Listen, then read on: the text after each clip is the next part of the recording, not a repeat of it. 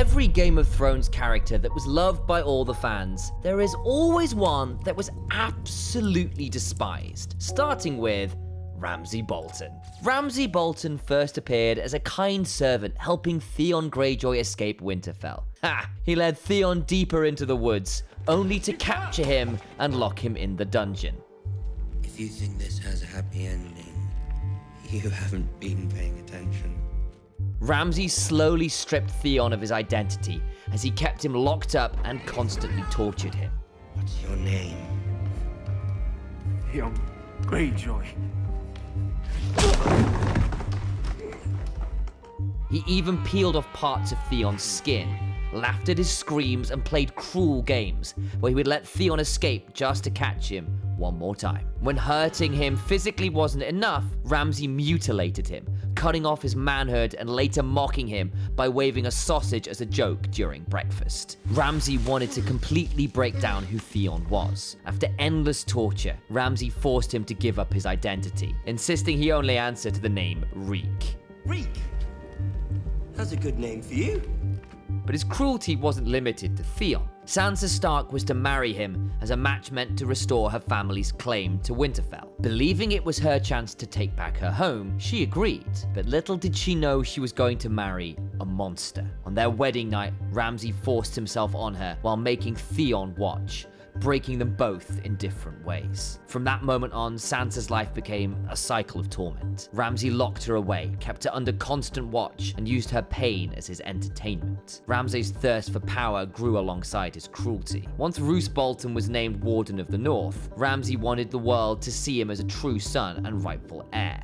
To prove his worth, he led brutal campaigns, hunting down enemies and skinning them alive as trophies. His savagery eventually earned him what he wanted most. Roose legitimized him as Ramsay Bolton, heir to Winterfell. But when Roose's new wife, Walder, gave birth to a son, Ramsay saw the infant as a threat to his claim. Without hesitation, he stabbed his father in the heart, then lured Walder and her newborn into the kennels, where he released his starving hounds upon them. Please. Ramsay. He's your brother. I prefer being an only child. The only thing he loved more than killing his enemies was watching them beg for mercy he never intended to give. When Jon Snow and the Northern Houses rallied to free her, Ramsay captured Rickon Stark and set him loose on the battlefield, forcing Jon to watch his youngest brother die by an arrow before the two armies clashed. The battle that followed was one of the bloodiest in the series. Ramsay's tactics nearly crushed Jon's army beneath a wall of shields and spears, suffocating them in the mud. It looked like all hope was lost until the Knights of the Vale, led by Sansa and Littlefinger, rode to turn the tide.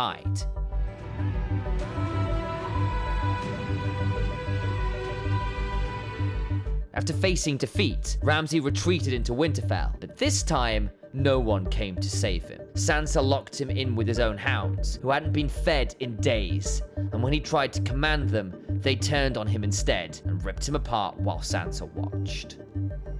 My hounds will never harm me.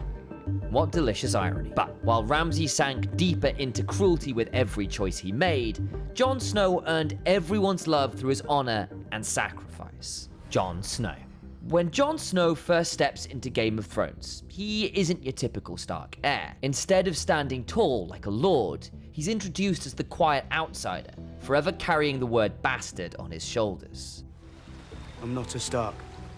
From the very beginning, the show makes it clear where Jon stands. In the training yard, Jon sparred and joked with Robb and Bran like any other Stark boy, but the cold glance from Catelyn was enough to remind him he would never truly be one of them. Jon's real journey began the day King Robert visited Winterfell. When Ned prepared to ride south, Jon asked about his mother, and Ned promised they would talk when he returned. But that conversation would never happen. With Catelyn unwilling to have him stay at Winterfell, and Ned unable to take him to King's Landing, Jon had nowhere else to go. The Night's Watch became his only path forward, and seemed like a chance to finally belong. But instead of respect, he found himself mocked by the other recruits as a privileged bastard who didn't belong there either. Over time, though, Jon proved himself. By standing up for Samwell Tarly against bullies, fighting the wildlings and facing the White Walkers, he earned the respect of his brothers and the audience at the same time. Jon's rise as a leader reached its most dangerous after Hardhome, when he risked everything to save the wildlings and bring them beyond the wall.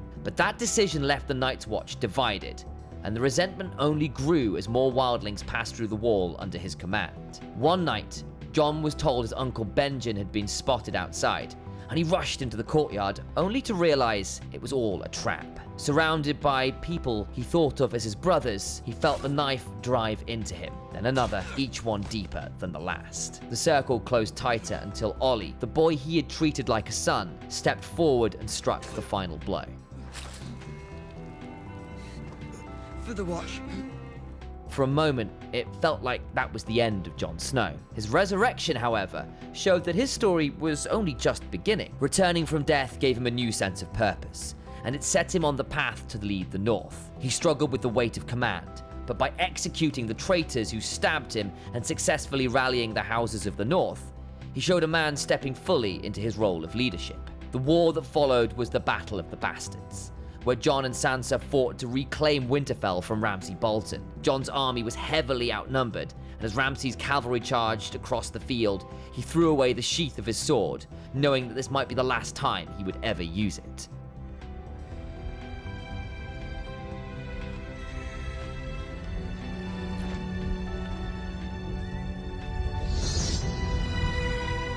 He nearly died, suffocating under a pile of men and horses, only to be saved at the last moment by the arrival of the Knights of the Vale, led by Sansa and Littlefinger. The victory that followed was the moment he was declared king in the North. As king, Jon reached out to Daenerys Targaryen, knowing he needed her dragons and army to defeat the White Walkers. That alliance led him into love, but also uncovered a truth that changed everything. Jon finally found out about his mother, that he was actually the true-born heir to the Iron Throne. But unlike others, he had no desire for power. He stayed loyal to Daenerys, even when he knew the truth.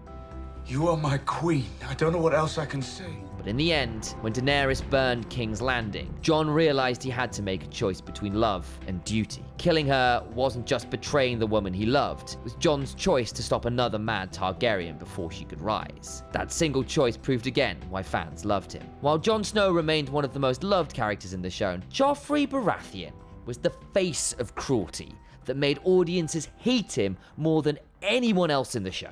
Joffrey Baratheon. Joffrey Baratheon entered the story as a cruel boy who loved tormenting others. His first display of power came on the King's Road, when he threatened Arya Stark and her friend Mycah. After Arya's direwolf Nymeria bit him in her defense, Joffrey lied about what happened, and Cersei demanded the wolf be executed. While Nymeria had escaped, Sansa's wolf lady was executed in her place, setting the tone from the very beginning of Joffrey's arrogance and lies. After King Robert's death, Joffrey was crowned king, and his cruelty only grew with this new power. When Ned Stark was caught, Joffrey made the decision that shocked the realm. Despite Sansa's desperate begging, he ordered Ned's execution. Sir Ilyn, bring me his head. That moment cemented Joffrey as the face of brutality in Westeros. And from then on, he ruled through fear, and Sansa became his favorite target. He forced her to look at her father's severed head, beat her on his command, and threatened her with death for the smallest slip of words or minor infraction. I'm going to give you his head as well. Joffrey thought ruling was just finding creative ways to be a bloody arsehole. As Robb Stark began winning battles in the war, Joffrey made Sansa answer for her brother's victories. He dragged her into the throne room, aimed a crossbow at her, and humiliated her before the court. Instead of killing her, he ordered Sir Meryn Trant to strip and beat her. But even with all that cruelty, Joffrey was, at his heart, a coward. During the Battle of Blackwater, when Stannis Baratheon's fleet stormed King's Landing, Tyrion urged him to lead his men. Joffrey rode out briefly, but the moment danger drew close, he abandoned the battlefield and retreated to safety. It was Tyrion who saved the city, while Joffrey hid behind the walls. Stay with my uncle and represent the king on the field of battle. But after the battle, Joffrey's cruelty only grew stronger. When Ros, one of Littlefinger's prostitutes, was caught spying, he took her to his chambers and brutally killed her with his crossbow, simply for amusement. Unlike Jaime or even Cersei, who revealed layers to their character, the layers to Joffrey remained the same spoiled, vicious boy all the way down.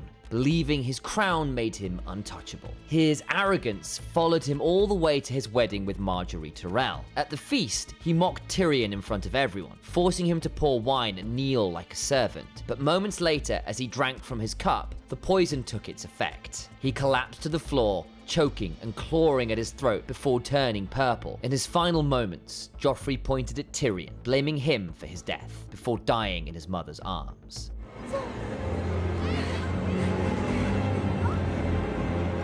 While Joffrey used power for cruelty and control, Tyrion used his for compassion, making one of the most loved characters in Game of Thrones. Tyrion Lannister. Few characters in Game of Thrones have won the audience's heart as quickly as Tyrion Lannister. To his father, he's a constant shame, and to the rest of Westeros, a drunken dwarf, unworthy of respect. All dwarves are bastards in their father's eyes. On Robert Baratheon's visit to Winterfell, Tyrion meets Jon Snow, and he sees another outcast branded by a name he never chose, and he offers advice that defines his character from the beginning. Never forget what you are. The rest of the world will not. That moment alone showed Tyrion's compassion for those cast aside, and his ability to see the world more clearly than most. As the series continues, Tyrion proves himself again and again. When Joffrey takes the throne, it's Tyrion who steps in as Hand of the King, refusing to let the boy's arrogance destroy the realm. While everyone else bows and flatters Joffrey, Tyrion is the only one willing to keep him in line. When Joffrey mocks the suffering of others after the battle, Tyrion doesn't hesitate. He slaps him across the face, not once, but 3 times, before saying, And now I've struck a king. Did my hand fall from my wrist?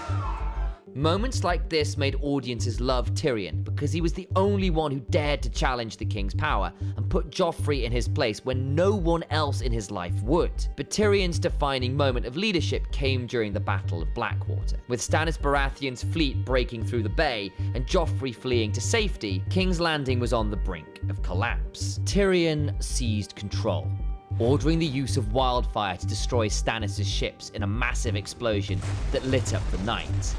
Then, instead of hiding behind the walls, he led the soldiers himself through the gates, giving a speech that rallied the men to fight for their city. There's our brave men knocking at our door. In seasons 3 and 4, Tyrion's world begins to collapse when his secret relationship with Shae unravels, and Joffrey is poisoned at his own wedding. Cersei immediately points the finger at Tyrion, and despite there being no evidence, she pushed for a trial. Tyrion stood in chains as one person after another falsely testified against him, and the final blow came when Shae took the stand and betrayed him. I'm guilty of being a dwarf. I demand a trial by combat.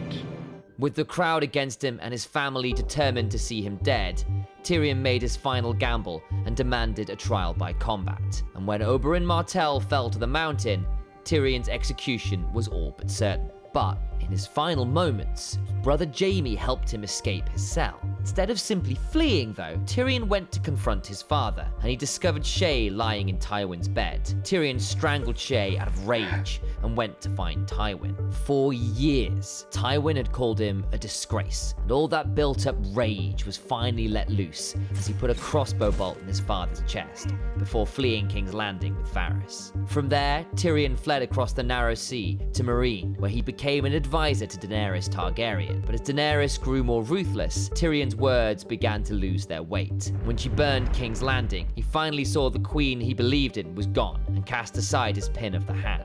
Even after Daenerys' death, Tyrion helped shape the future one last time. Standing before the lords of Westeros, he convinced them that the realm could no longer be ruled by birthright. It had to be earned. His words led to the election of Bran Stark as king, changing the fate of Westeros forever. What unites people? Armies, gold, flags, stories. There's nothing in the world more powerful than a good story. While Tyrion Lannister remained one of the most loved characters in the show, Cersei Lannister made us hate her every time she smiled from the Red Keep. Cersei Lannister. We first meet Cersei Lannister as queen, standing beside King Robert Baratheon in Winterfell. But it soon becomes clear that she has no interest in playing the loyal wife, because 5 minutes later, we see her spending, time with her twin brother Jaime in true Sweet Home Alabama fashion. When it came to dating, Cersei believed in keeping things extremely close to home. And when young Bran Stark stumbled across their secret, she did not hesitate to put an end to him, and Jaime pushed the boy from the tower window. For Cersei, protecting her power and her children came before everything else. The things I do for love.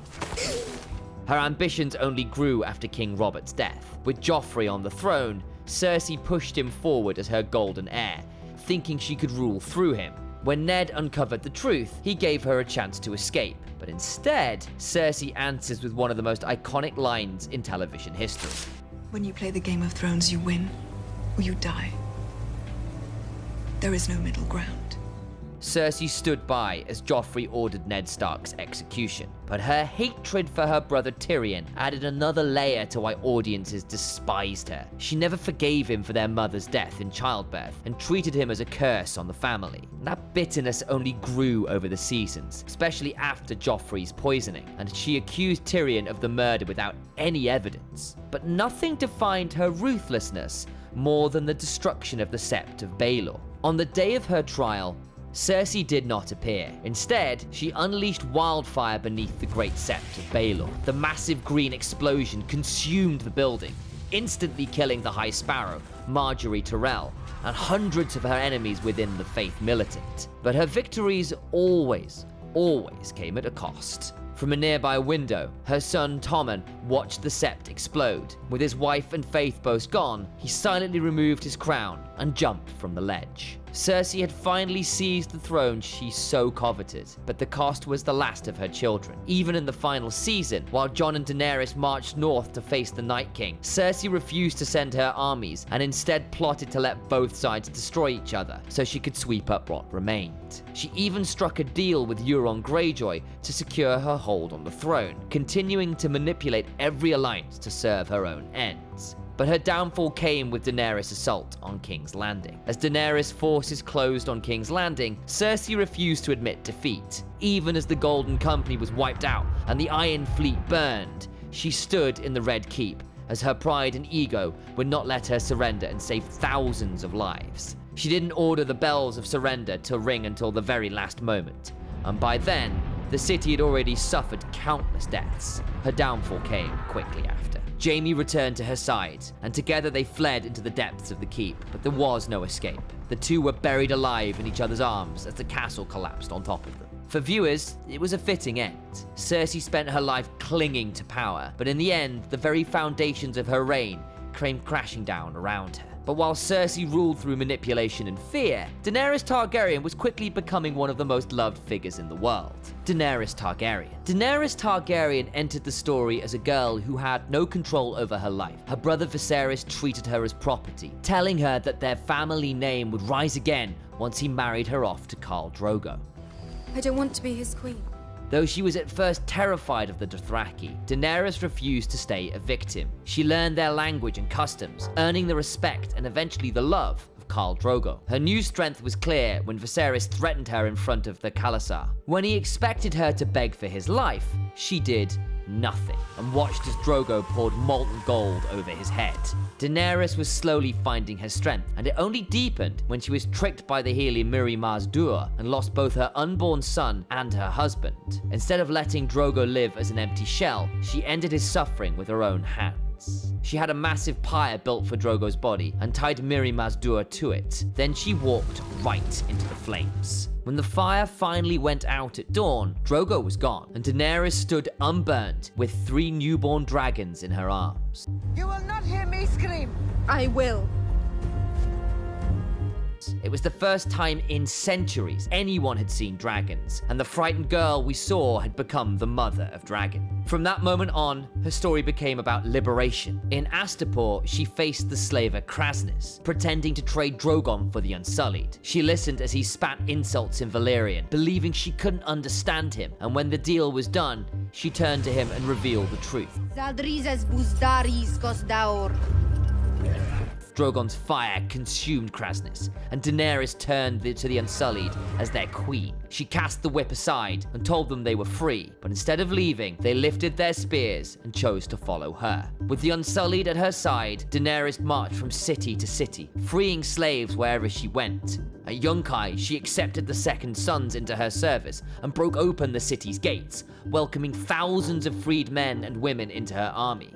She nailed the slavers to crosses as punishment for the children they had crucified on the road. Answer injustice with justice. But ruling Meereen proved much harder than conquering it. She faced a rebellion from masked killers called the Sons of the Harpy, and the fragile peace in Meereen finally broke at the fighting pits, where the Harpies ambushed her. Just as she was about to be killed, Drogon flew down into the arena, and for the first time, Daenerys climbed onto his back and took to the sky, escaping the attack. After escaping on Drogon's back, Daenerys was captured by the Khalasar and taken back before Khal Moril. By tradition, as Drogo's widow, she was meant to live out her days in Vaes Dothrak. When the Khals gathered in Vaes Dothrak to decide her fate, instead of submitting, she locked them inside the temple, set it ablaze, and walked out unburnt. As the flames consumed their leaders, the rest of the Dothraki fell to their knees and claimed Daenerys as their queen. When Daenerys returned to Meereen, it was on the back of Drogon, with the full strength of the Dothraki behind her. Tyrion had held the city together in her absence, but the Masters had launched an attack by sea. Her dragons set fire to the slaver fleet, while her armies crushed the Sons of the Harpy in the streets below. My reign has just begun.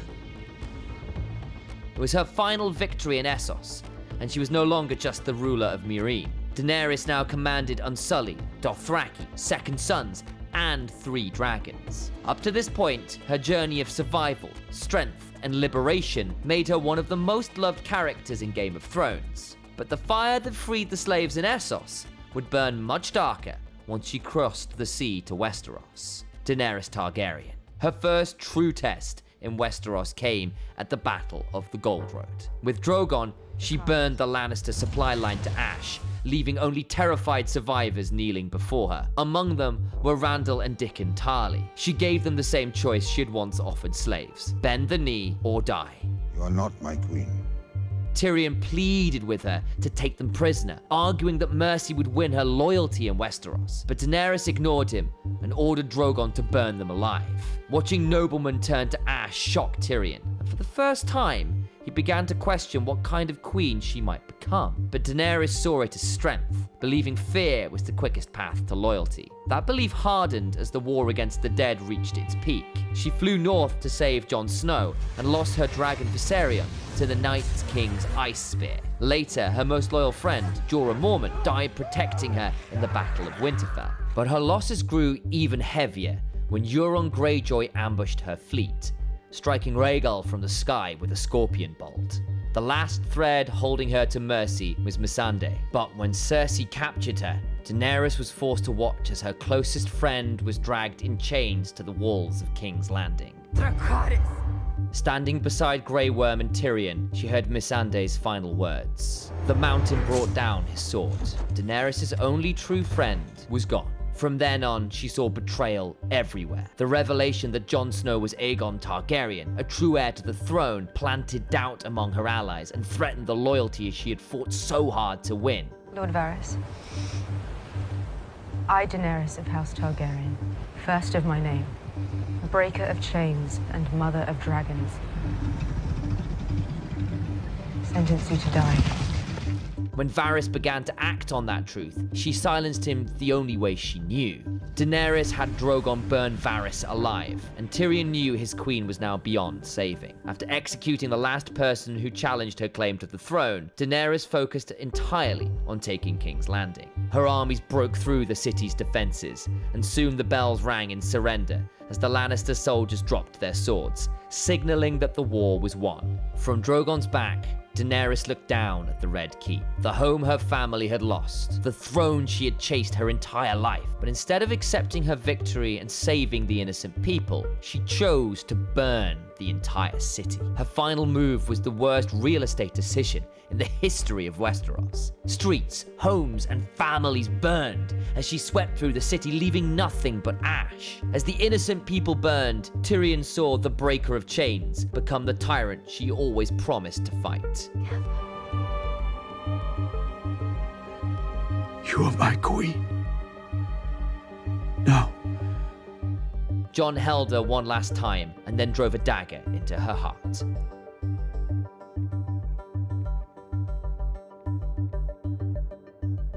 The Mother of Dragons died at the hands of the man who loved her. For 7 seasons, she had been a symbol of hope, of freedom, of breaking chains. But in the end, fire consumed her, and Daenerys Targaryen became one of the most hated figures in Game of Thrones. In the end, it's these heroes and villains that make Game of Thrones so unforgettable. Let us know in the comments below who you loved and hated the most.